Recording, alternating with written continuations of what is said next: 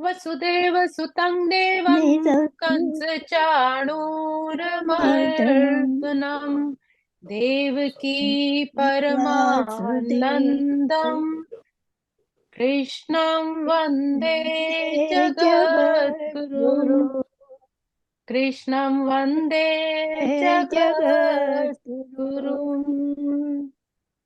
ॐ श्री परमात्मने आत्मने नमः। नमः। अथ श्रीमद् भगवत गीता अथ अथ चतुर्थो चतुर्दशोऽध्याय। चतुर्थोऽध्यायः। हाँ जी, तो आज हम प्रभु के मुखारविंद से निकले हुए चौथे अध्याय का श्रवण करेंगे। चौथे अध्याय का नाम है ज्ञान कर्म योग। ज्ञान कर्म योग का सिद्धांत क्या है उसके बारे में प्रभु थोड़ा सा बता रहे हैं कि ज्ञान के प्रकाश में अपने कर्म को परखना और धीरे धीरे ज्ञान के प्रकाश में कर्म का असर समाप्त हो जाना, अर्थात जब मनुष्य को आत्मज्ञान मिल जाता है तो वो कैसे कर्म करता है, कैसे करना है उसको कर्म, किस कर्म का क्या प्रभाव होगा उसको परखना। और धीरे धीरे जब उसके अंदर ज्ञान की ज्योत, ज्ञान का प्रकाश जागृत हो जाता है तो उस वो कर्म बंधन से छूट जाता है। यही ज्ञान कर्म संन्यास योग कहलाता है। कर्म के प्रभाव के कारण ही, कर्म के परिणाम के भय से ही अर्जुन अपने कर्म से विमुख होना चाहते थे, परंतु भगवान कर्म की प्रतिष्ठा करना चाहते थे। इसलिए अर्जुन को उन्होंने कर्म को कर्म योग में बदलने का उपदेश दिया कि अपने कर्मों को सत्कर्मों में बदल दो। यही उपदेश भगवान ने दिया। अपना कर्तव्य कर्म भली भांति पूर्ण करना और सारे कर्म भगवान को अर्पण कर देना ही कर्म योग है। भगवान यहाँ बताना चाह रहे हैं कि जब हम अपना कर्तव्य भली भांति, अपनी रिस्पॉन्सिबिलिटी भली भांति पूरी करते हैं और अपना हर काम परमात्मा के निमित्त होके उसे ध्यान में रख के, उसको अंग संग रख के करते हैं, तो वही हमारा कर्म योग कहलाता है। कर्म योग का महत्व नारद जी ने एक उदाहरण द्वारा बताया। नारद जी के मन में भगवान के प्रिय भक्तों को जानने की एक बार इच्छा हुई।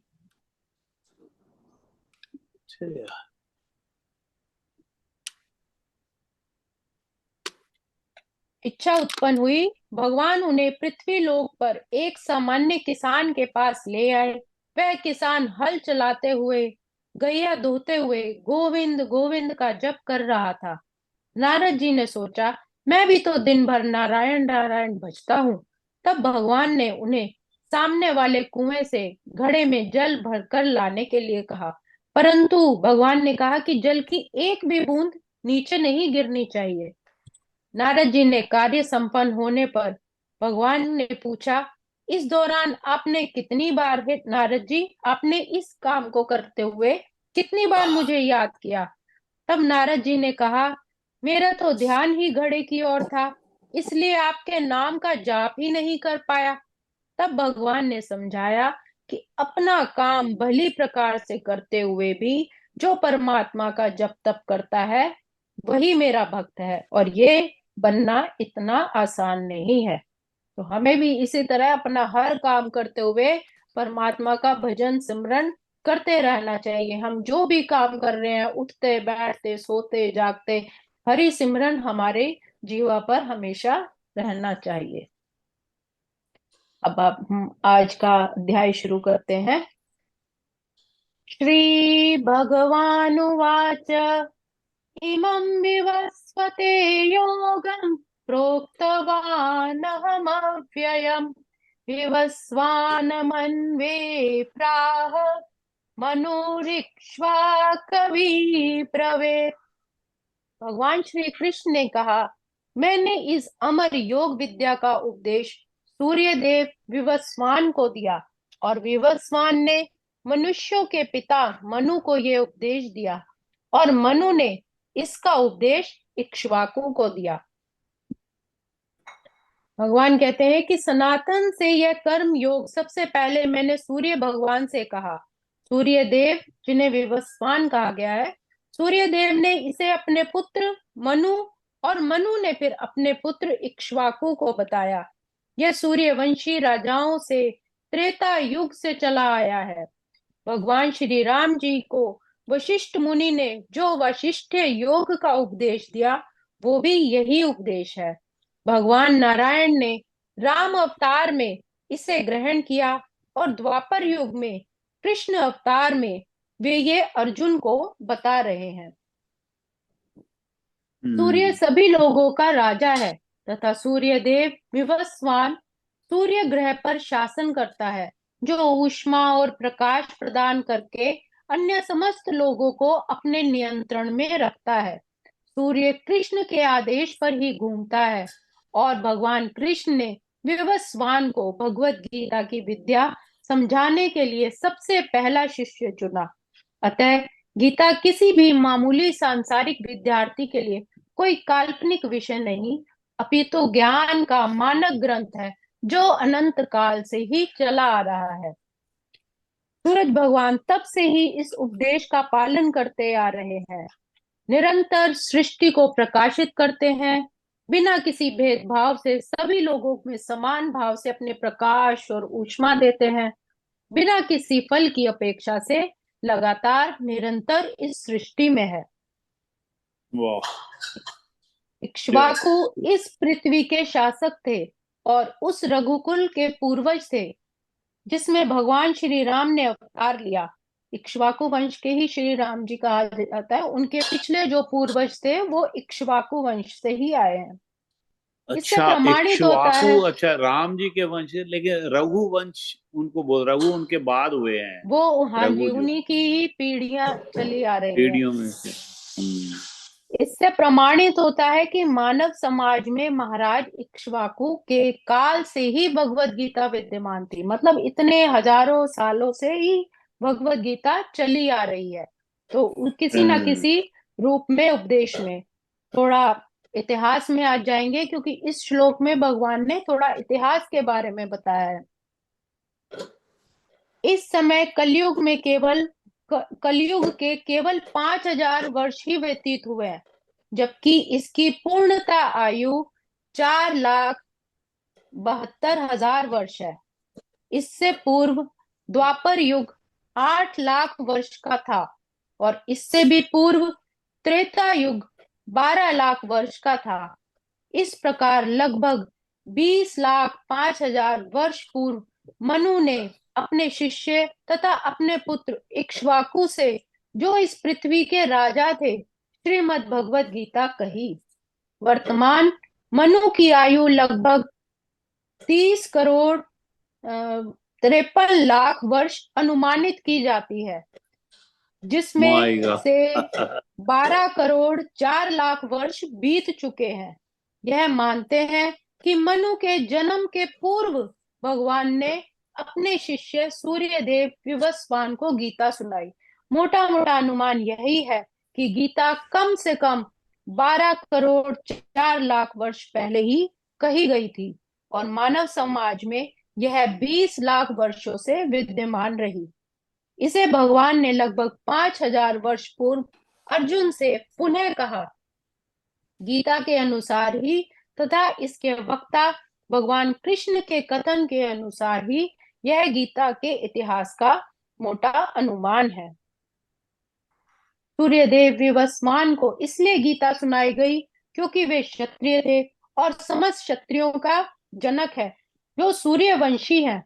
क्योंकि भगवत गीता वेदों के ही समान है और इसे भगवान ने स्वयं कहा था, अतः यह ज्ञान अपौरुषेय है। मतलब इसके समान कोई दूसरा और ज्ञान ही नहीं है।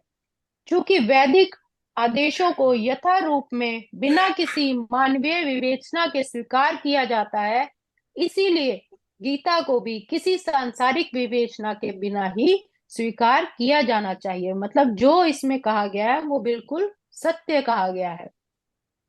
अतः भगवत गीता को गुरु परंपरा से यथा रूप में ग्रहण करना चाहिए। जो मतलब एक गुरु समान ही इसको समझना चाहिए भगवत गीता को। और इसमें जो भी उपदेश, जो भी शिक्षाएं भगवान ने कही है, वो हमें माननी चाहिए, उन्हें स्वीकार करना चाहिए। अगला श्लोक। एवं परंपरा प्राप्तम् इमं राजर्षयो विदुः सकाले नेह महता योगो नष्टः परन्तप। परंतप का है यहाँ पे अर्जुन के लिए, जो अपने शत्रुओं पर विजय प्राप्त करता है।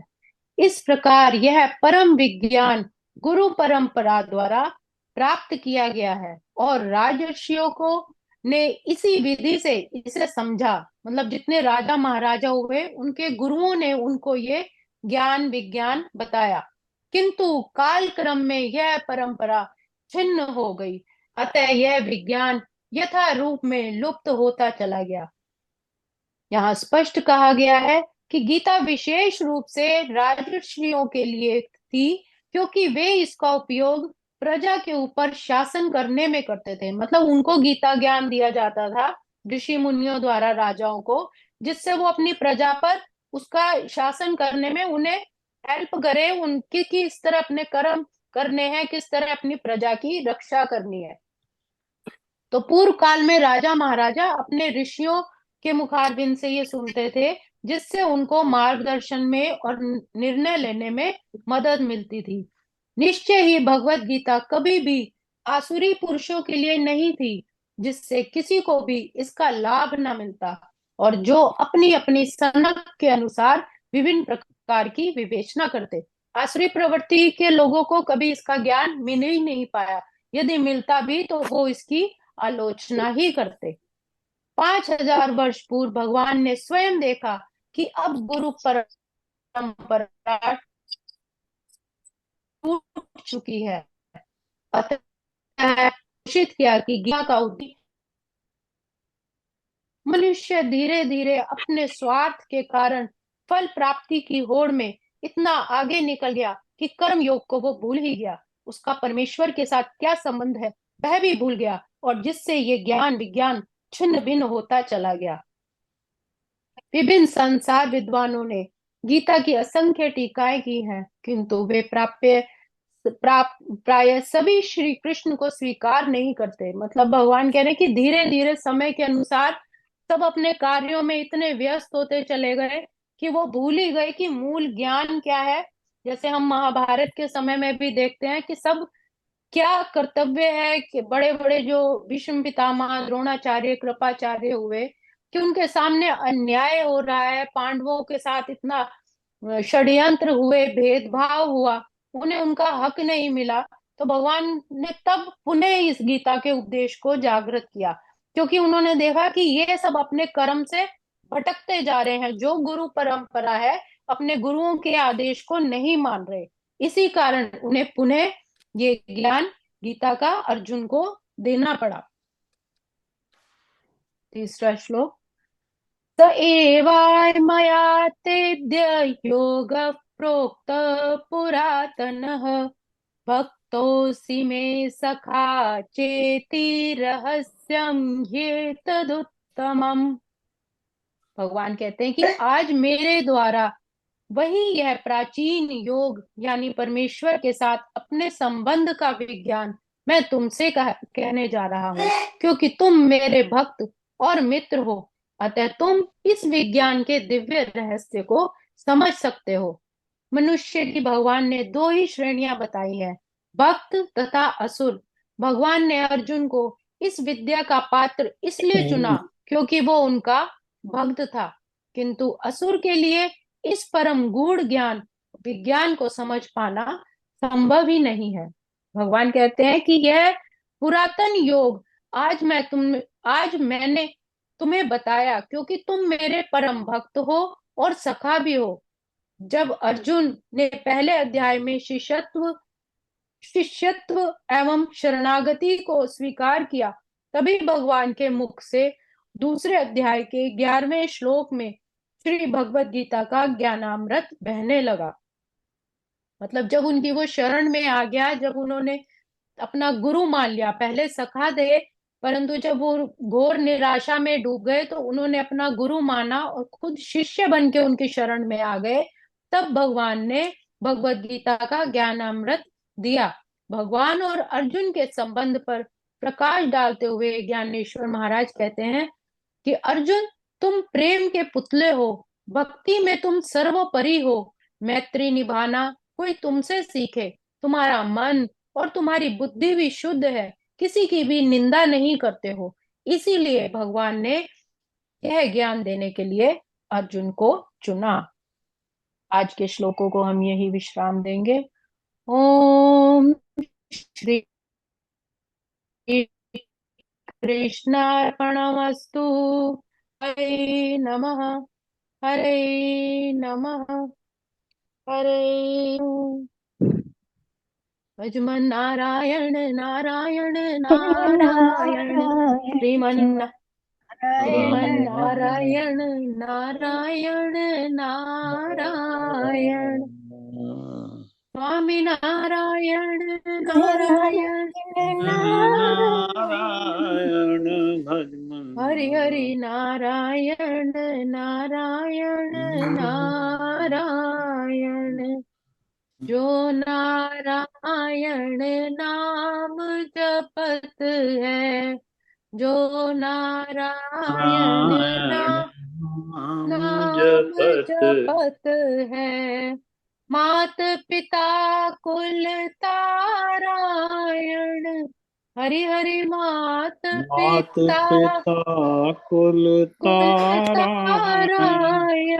श्रीमन नारायण नारायण नारायण स्वामी नारायण नारायण नारायण। भव से तारायण तारायण तारायण। बोलो बाके बिहारी लाल बिहारी की लाल जय। की जय। गीता मेरे माता की सदगुरु महाराज की जय। श्रीमद् भगवत गीता की गीता जय। की जय। गीता की जय। वाह जी वाह, बहुत सुंदर। धन्यवाद। और देखो संगीता, हमें जो श्लोक संस्कृत के पढ़ने भी मुश्किल होते हैं हमारे जैसे आम जो इंसान है, ये गा के सुनाती श्लोक भी साथ में, बहुत सुंदर बात है, बहुत सुंदर। हाँ जी, आपके प्रोत्साहन से ही मैंने सीखा है, सत्कार नहीं जी, तो मैं सत्कार, चुपचाप पढ़ ही रही थी। आपने मोटिवेट सत्कार, किया है कि नहीं हमें पढ़ के सुनाओ, तो बहुत फिर मैंने कोशिश की है। बहुत सुंदर, ये ये तो आपका बड़ा बहुत बहुत सुंदर, धन्यवाद। ये सुंदर, धन्यवाद। सुंदर आरंभ हो गया ये ना, ये इस बात का भी गीता ज्ञान हमें भी थोड़ा बहुत शायद दिमाग में पड़ जाए, है तो बड़ा गूढ़ ज्ञान गीता ज्ञान। सभी पहले समझना मुश्किल है, फिर समझ के फिर जीवन में उतारना मुश्किल है, पर प्रभु कृपा करेंगे शायद बात बन जाए कभी। हाँ जी, धीरे धीरे धीरे धीरे धीरे कोशिश करेंगे। कोई एक आधा अक्षर, कुछ एक हाँ लाइन, जी, कोई हाँ शब्द ठीक। पढ़ेगा तो समझ में